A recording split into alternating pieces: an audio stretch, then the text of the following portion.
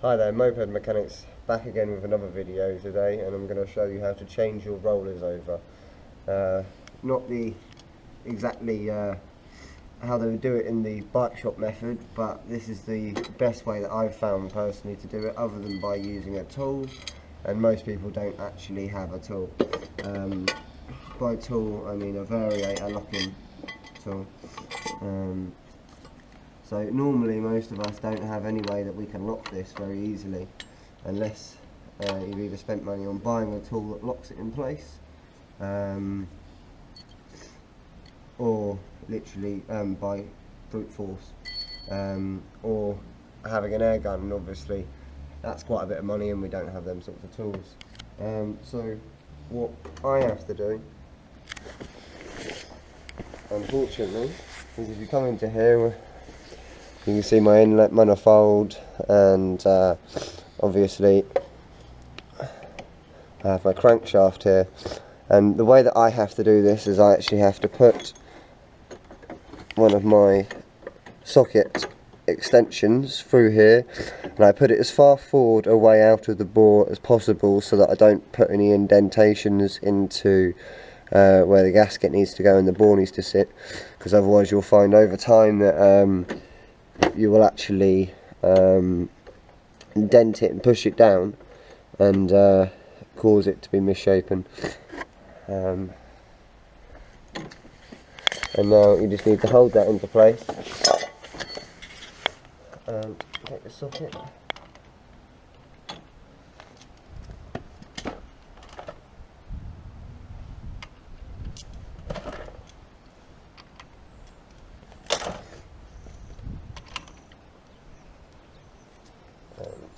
hold it in place, and then you can apply the amount of pressure that you need. I've got it on there rather tight, unfortunately.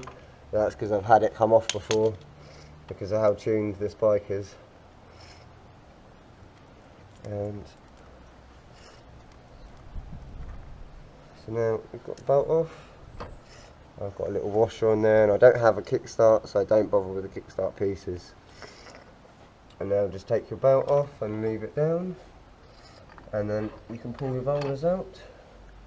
Be careful to hold the back plate against this when you pull it out, otherwise you will find all your rollers fall on the floor, and obviously that's not the best of things. And now pull out your back plate, and in here I have 11 gram rollers.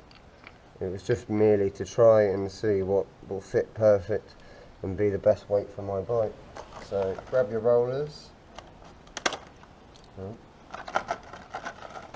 they put the sticker in the best place possible. That's brilliant. Make sure obviously don't mix them up. And then normally I'll give this a once through and clean it out just to make sure there's no debris in there, but on video I don't have the time.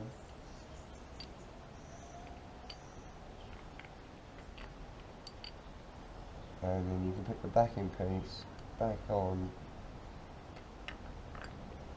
hold it all together, and place it back on. Then exact reverse process of what we were doing earlier.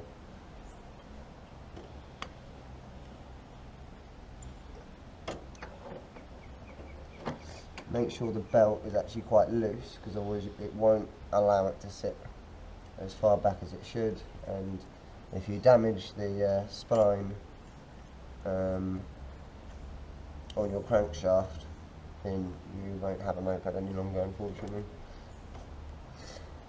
And then you need to twist it all the way back round again so that you can now tighten with it,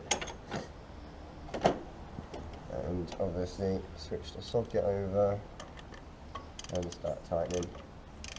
Be careful on this side not to over tighten, and not to actually tighten it too loose, because if it's too loose it will come off, which I've had before, and if it's too tight you'll just go through your through the thread, and you won't be able to well, basically you have to replace your crankshaft, which I've also done. And you should feel it come to a point where it no longer feels like it's going to give anymore, and that's the point you should stop. Just pull this back out, and you can pop your side casing back on.